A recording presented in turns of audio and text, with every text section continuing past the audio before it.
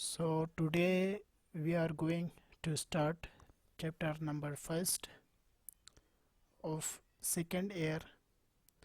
We will study second year book of physics, and chapter number 1 is electrostatic. So today we will study introduction of electrostatic and some basic points of electrostatic. What is electrostatic and what are the properties of electrostatic? We will study it in detail. So what is the meaning of electro? The meaning of electro is electric charge. And what is the meaning of static? Static means stationary or in rest. So electrostatic means those charges which are in rest. The study of those charges which are in rest. Now I am writing some example. I have draw charge which is in rest. So the study of this charge is called electrostatic. It is in rest. It produces electric field. So this field and the study of this charge is electrostatic. The definition of electrostatic is study of the phenomena and properties of stationary electric charges is called electrostatic.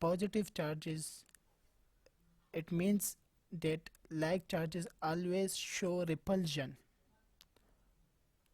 and this repulsion of these like charges is an intrinsic property. Okay, and this attraction of these unlike charges is intrinsic property.